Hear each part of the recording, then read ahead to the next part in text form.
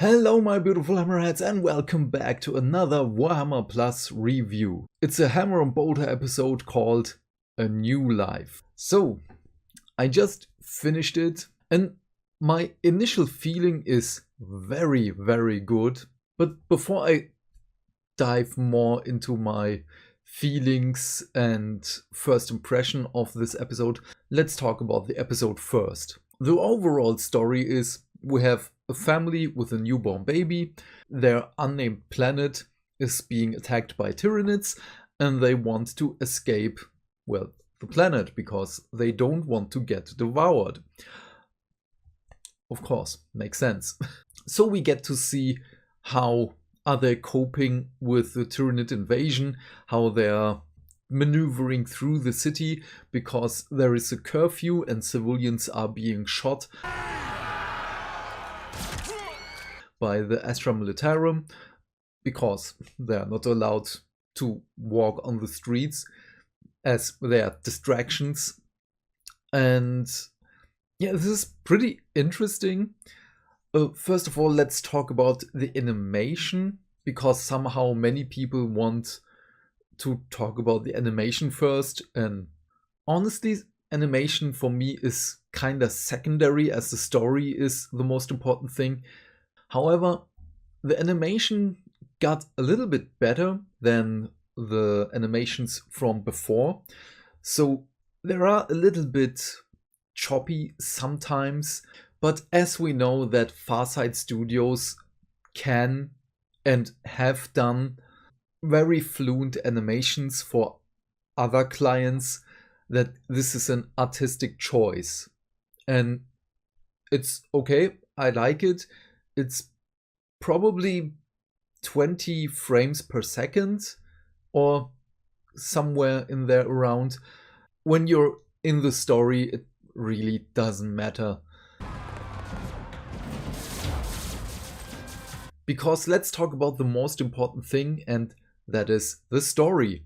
The story is very well conveyed to you. There are hidden things in the background which you won't see at first glance. Somehow, strangely, the lictor is very present instead of other things, but that kinda made it better in the end because there is a big twist at the end. Sorry for that spoiler. I know that there are people out there who don't like that kind of spoiler.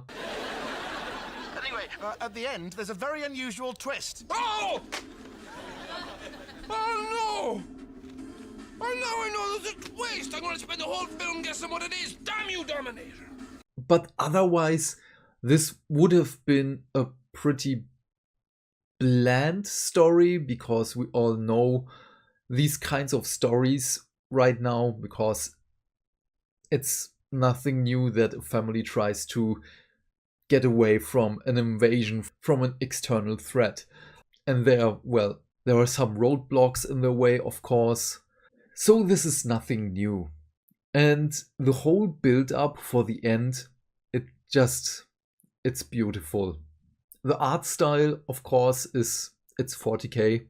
It's not as good as an interrogator. However, when you know the terrain pieces in the game, you will recognize them in the episode, which is kinda nice. And the quality of details somehow got ramped up. I don't know if I imagined it, but there is reflection of light in the background, which is something that you don't really see, but your brain still computes it as somehow realistic, even though it's animated, which is really nice. I was pleasantly surprised by it, that there is this little bit of detail in it, and the whole light thing was very well done. I don't know why the light was just so in the foreground for me. At one point I thought that they animated a little bit more and then just cropped out the picture or just pulled the camera a little bit closer because we have a little lens flare of a torch, but you don't see the torch. It's not really in the frame, but yeah, you know that it is the torch of the runner in her hand. So I don't know, maybe, as I've said, it's cropped, which is okay. It just felt a little bit weird in the moment.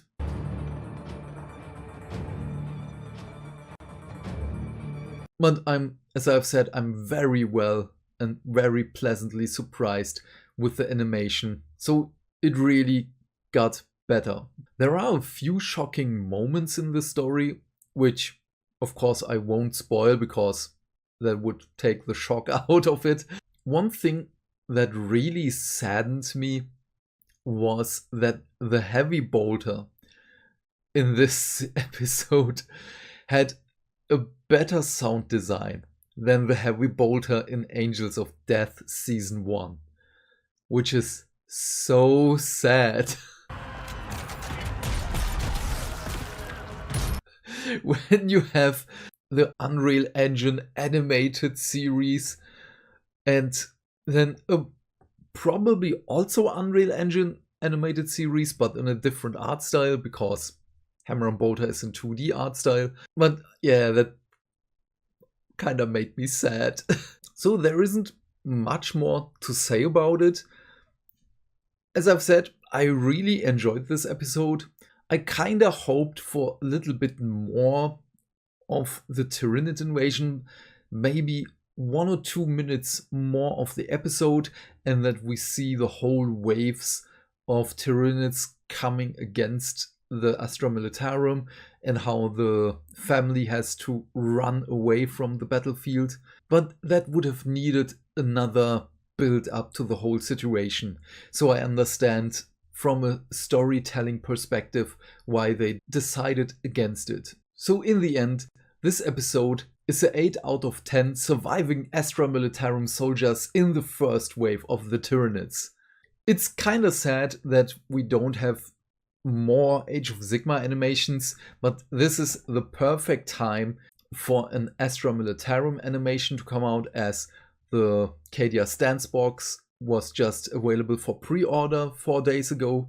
I kinda just wished that this episode would have come out an hour before the pre-orders were available, or the Wednesday before the pre-orders. But with the 2-week pre-order cycle, it's fine. Maybe some people saw this episode and thought, okay, now I can't withstand anymore, I have to pre-order the Cadia Stance box. But yeah, what are your thoughts about this episode? Please leave your thoughts and questions in the comment section down below. I am keen to know what you have to say. And while you're down there, do all the YouTube stuff, because hitting buttons is fun. If you want to support the channel and you don't know what to say, just write family in the comments. Have a great day, my friend. Stay fantastic. Stay hydrated. And I will see you in the next video. Bye!